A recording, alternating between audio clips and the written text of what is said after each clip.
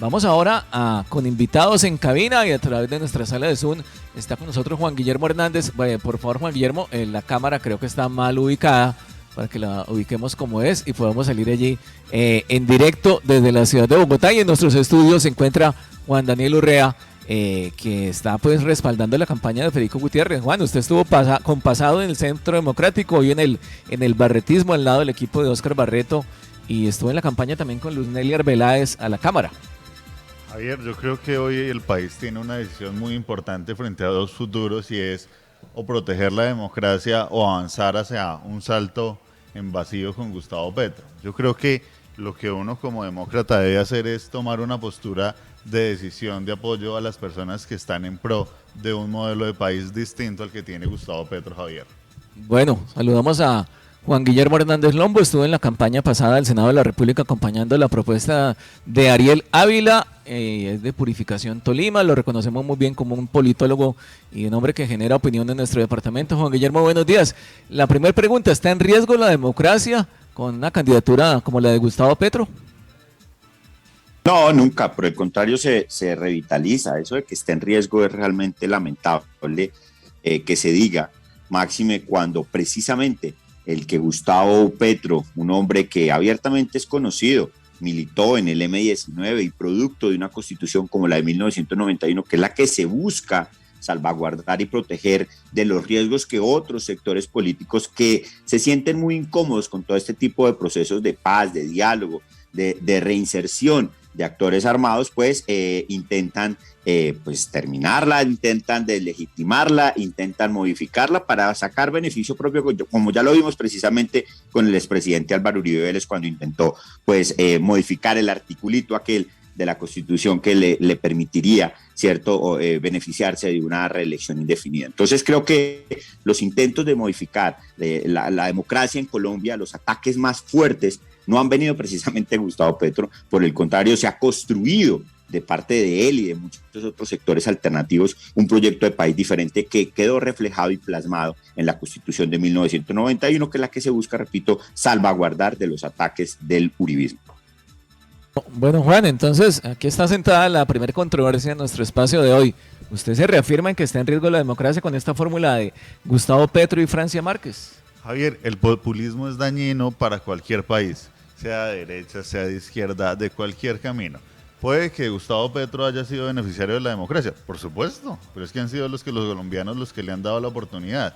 Pero eso no quiere decir que sus ideas y alcances sean benéficos para la democracia. Las propuestas económicas de Gustavo Petro hacen un enorme daño, sobre todo a las clases medias y clases bajas. Así las propuestas quieran darse como de las más benéficas para los menos favorecidos. El tema de aumento de aranceles, que solo lo que hace generar escasez, el tema reductivo frente a los temas de aranceles, frente a los temas de impuestos, frente a los temas de tierra, frente a los temas de empresarios, hacen que la economía se debilite y eso es lo que realmente daña la estructura de la democracia en Colombia, Javier. Sin duda la demagogia es un daño enorme a la democracia colombiana, Javier. Bueno, Juan Guillermo, ¿qué responde usted desde el pacto histórico que está apoyando la candidatura de Gustavo Petro a la presidencia? Pues yo respondo es que basta tratar de entender lo que quiso decir Juan y no fue posible entendérsele porque él mismo reconoce que hoy Colombia tenga una crisis económica tan profunda como la que estamos asistiendo, en donde los tolimenses, los colombianos tenemos que pagar el huevo a más de 700 pesos, una libra de carne a más de 16,000 pesos. Ese resultado no es Gustavo Petro, sino precisamente un gobierno desastroso como es el de Colombia, hoy la moneda más devaluada del mundo. Eso no es culpa de Petro, ahí sí me disculpa Juan y todo el tema arancelario el que quiso intentar explicar y no lo logró, es el resultado de las pésimas decisiones que en materia macroeconómica y económica pues ha tomado el uribismo en el gobierno de Iván Duque. Entonces aquí venir a decir que es que las propuestas de Petro son las que van a llevar el país a la crisis, pues realmente quiero decirle que el país está en una crisis enorme, con una deuda, ¿cierto? Una deuda externa cada vez más creciente, que es el resultado precisamente de las pésimas decisiones que ha tomado el gobierno uribista. Luego, seguir esta senda, pues es seguir la senda de ver cada vez más un desempleo creciente, cada vez más una informalidad tomándose la economía del país y por supuesto pues tener una crisis como la que tenemos en nuestros días. Bueno, Juan, ¿de quién es responsabilidad la crisis que actualmente estamos viviendo? ¿Del gobierno, para algunos desafortunado, Iván Duque? ¿O de dónde sale la crisis? Y se expresa muy bien todos los días cuando la gente va a mercar, como efectivamente lo señala Juan Guillermo, los productos básicos de la canasta familiar están por las nubes. Javier, yo creo que la economía no se entiende como culpa de un gobierno o demás si uno no analiza el contexto real. El contexto real es que nosotros venimos de lo que ellos llaman una protesta social que utilizó el senador Petro para atacar la economía del país y debilitarla. Luego de eso tenemos una pandemia que afectó muchísimo al empresariado y luego de eso tenemos esfuerzos del gobierno nacional para controlar temas que se salen del control porque es tema del control mundial. Pero si la solución de Es decir, el paro afectó los precios de la canasta familiar, el paro que se inició hace casi un año, en abril del 2021. Por supuesto, Javier, el tema de desabastecimiento en el país inició ahí, el tema de la pandemia inició. ¿Y cuál es la propuesta del senador Gustavo Petro, de la que está defendiendo Juan Guillermo? Aumentar los aranceles para que no lleguen más importaciones. ¿Eso qué es lo que genera? Genera escasez. Eso es muy sencillo de entender a la luz de lo que la economía ha llamado el control de precios, también que lo defiende Gustavo Petro. Esos temas afectan gravísimamente. Es que Colombia ya ha vivido periodos de pruebas de los gobiernos petristas. Bogotá lo vivió, Ibagué lo vivió y no han generado ningún cambio, sino que lo que realmente han generado es una afectación clara a los pequeños empresarios y a las personas de escasos recursos, Javier. Esas son las realidades que nos da la historia y los momentos que ya ha vivido Colombia en los periodos de prueba del petrismo. Bueno, Juan Guillermo, nos dicen, Juan, entonces que en gran parte lo que hoy estamos viviendo con los precios de la canasta familiar, con el costo de la misma, se originó en el paro del año pasado. Miren, ese es el refrito más grande y los oyentes de Ecos tienen que tener absoluta claridad que el estallido social no se dio porque las condiciones de vida de los colombianos estuvieran muy bien, que digamos. Realmente el estallido social es la respuesta ya en aquel momento de una crisis social profunda que quería ahondarse con la reforma tributaria que no la propuso Petro, por el contrario nos opusimos a esa reforma tributaria y por eso fue que el estallido social se dio, porque ya no aguanta más el bolsillo de los colombianos y esa reforma tributaria de Carrasquilla, del gobierno Duque, del gobierno uribista, pues fue la que simplemente fue la gota que rebosó la copa, ¿cierto? Y que propició pues todo este levantamiento social. Es decir, el país no se levantó socialmente porque estuviéramos bien o porque estuviéramos bollantes, sino que simplemente hay un nivel de desazón, de desconcierto y de incredulidad, sobre todo en las propuestas económicas del uribismo, que ya los colombianos pues han decidido salir a marchar y decidieron en su momento pues salir a marchar y a protestar de una manera muy vehemente como todos lo vimos, de tal suerte que eso no puede explicar, ¿cierto?, la razón por las cuales hoy, un año después, seguimos supuestamente teniendo los efectos y los coletazos del paro, pero además es que si hoy tenemos unos niveles de importación bastante altos es porque se rompió el tejido productivo de nuestro país. Hoy no estamos produciendo, basta ver el campo, las situaciones tan adversas que tiene. Basta ver el estado de las vías en las que están para que los productores colombianos, los tolimenses, puedan sacar sus mercancías. Eso eleva los costos y naturalmente va a ser inviable la producción nacional. Si nosotros no estimulamos la producción nacional, si nosotros no ejercemos un control de precios con ese tema de las importaciones, pues vamos a seguir viendo los camiones como desfilan, con toneladas de arroz, con plátano incluso, provenientes del Ecuador, provenientes de los países vecinos, en detrimento de la economía nacional, ¿cierto? Y de la producción nacional. O es que el costo de la urea, ¿qué tiene que ver el costo de la urea? Un elemento básico para la producción de nuestros productos agrícolas. Soto, usted que bien conoce, en Saldaña la producción, digamos, de arroz, ¿cierto? ¿Cuáles son los niveles de costos que hay para esa producción? Pues bueno, nosotros entendemos que eso no tiene nada que ver con el paro, eso tiene que ver precisamente con un sistema de desequilibrio de precios en el exterior, con una moneda devaluada, con productos que importamos, bien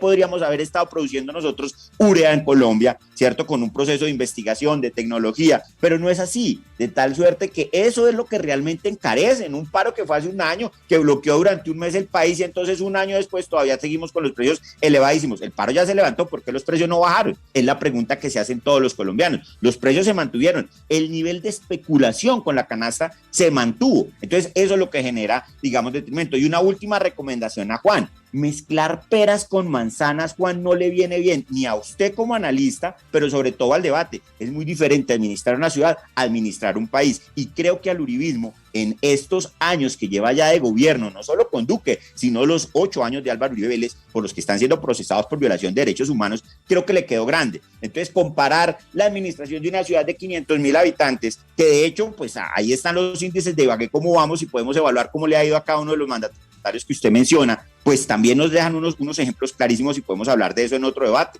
¿cierto? Sobre cómo se administra una ciudad. Pero administrar un país, creo que al uribismo le quedó grande, y eso está reflejado en la crisis social que hoy vivimos. Bueno, Juan Guillermo, y lo hizo bien Gustavo Petro como alcalde de Bogotá en su momento. Pues no solo lo hizo bien, sino que lo hizo cuesta arriba, con un consejo absolutamente en contra, que es precisamente, digamos, una de las maravillas que tiene la democracia, y es que haya un sistema de pesos y contrapesos, no como lo hizo Uribe, que puso a disposición la política, los teodolindos, para modificar el articulito, y que por fortuna en el sistema de pesos y contrapesos hubo una corte que le generó un equilibrio al desequilibrio que él ya había generado en la rama legislativa. Y por eso fue que no pudo reelegirse indefinidamente.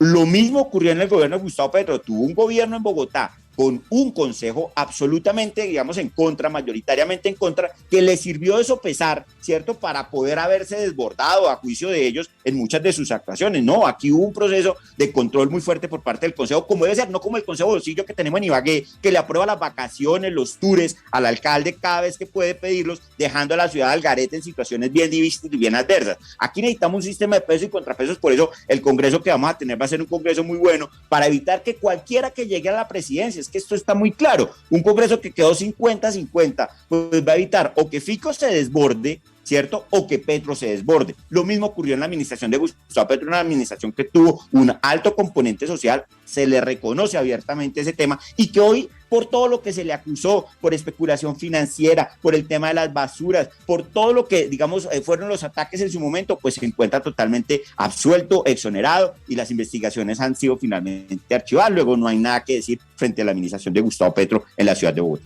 Bueno, nos quedan 60 días para la campaña y seguramente habrá muchos más espacios para debatir en torno a este proceso presidencial que nos viene. Juan, se polarizó la campaña entre el petrismo y el fiquismo, pues rodeado también, obviamente, esta candidatura con el uribismo, seguramente con el Partido Conservador, que lo hará oficial en los próximos días, con el partido de la U. Se polarizó esto, y el gran damnificado en este escenario, ¿usted cree que sería Sergio Fajardo?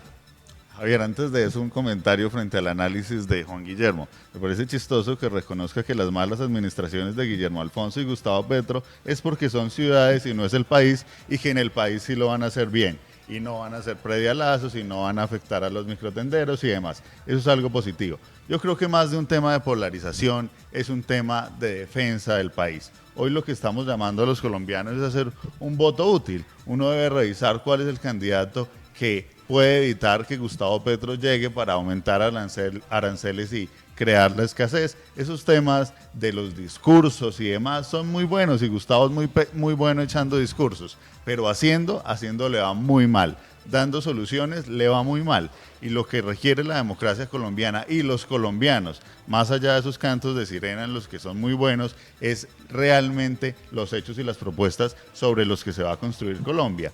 La candidatura del doctor Fajardo, yo creo que debe ser repensada frente a la necesidad y al momento histórico que está viviendo Colombia frente a la democracia. Hoy tenemos una amenaza grave de populismo y demagogia que con propuestas exageradas y exorbitantes creen que van a venir a avanzar. El discurso de odio y de xenofobia que ha enviado muchas veces Gustavo y su fórmula vicepresidencial es gravemente peligrosa para la democracia del país. Así que yo creo que aquí lo que le toca a los demócratas, a los ibaguereños, a los colombianos, es pensar cuál es el camino y cuál es el futuro que quieren para Colombia. Que si Colombia tiene muchos problemas, hombre, enormes, y se requieren amplias propuestas y decisiones para avanzar en eso, pero dar un salto al vacío con Gustavo Petro en nada soluciona las propuestas del país, Javier.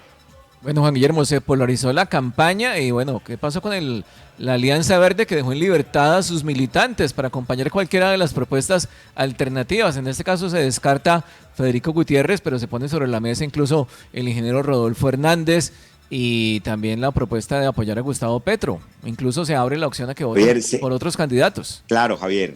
Javier, se descarta el continuismo. Es así de sencillo.